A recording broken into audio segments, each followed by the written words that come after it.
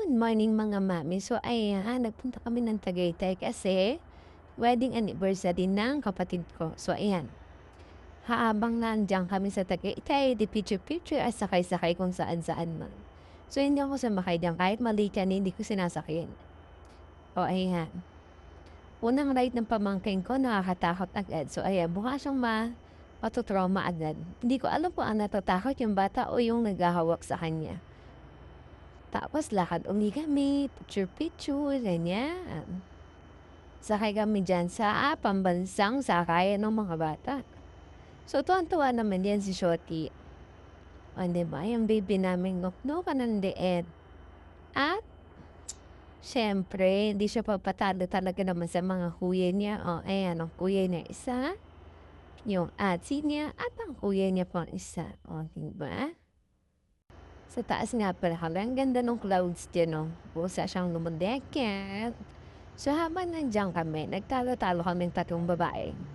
Kasi natatakot na ako diyan, kapit na kapit talaga, te. Hindi mo talaga ako mapapitaw. Hindi ko alam kung bakit takot ako sa mas mataas sa akin. Kaya naman, pagpasensyahan niyo na po. Charot. At ibibida ko nga lang pala sa inyo yung sapatos ko, di ba ang ganda? Ang tibay niyan, tsaka murayta lang yan, wag kayong mag-alala.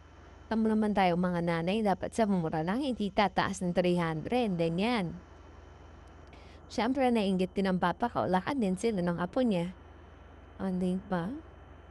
Yung mga anak ko, at saka yung tito nila, ayan, ang kapatid ko, nag-bomb course sila, so bagna-baga ang session. Eh, may nainggit ng bata, ayan o, di kasi siya naisama ng daddy niya, kaya nagwawala siya, ayan. Pilit niya ipinagka-ash ang sarili niya.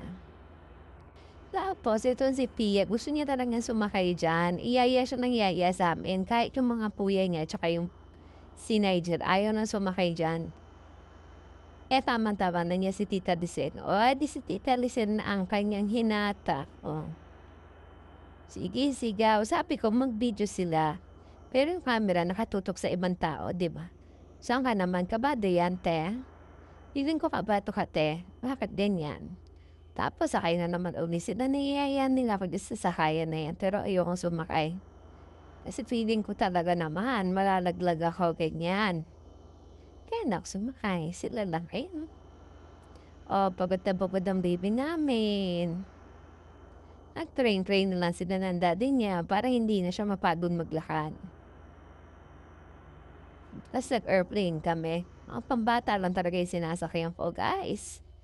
Eto na nga, sumakay ako diyan kasi gusto kong hindi matakot. Pero yung katabi ko, paulit-ulit niya akong tinatakot. Kaya sabi ko sa kanya, "Buwisit kang bata ka." Natapos ang ride namin na sinasabunutan ko siya kasi buwisit eh. Nangaasar eh. O sige, ayaw mo ako tigilan ha? Sige. Sakit ng buhok mo, no? Sakit ng anit mo. Buwisit ka kasing bata ka, hindi mo ako tigilan eh. So, ayan. Ay, paikot pa nga isa pa. Sige pa mang-aasar sa'kin eh, "Kuya, gigigil ako." Sarap tampalin eh. So, borlog ang mga bata. Picture-picture. Minsan lang namin maipasyal yan si Papa. Kaya naman, sinulit na namin sa malayong lugar na namin siya dinala. Kasi kahit malayo malapit, hindi namin siya mapasyal. Thank you po.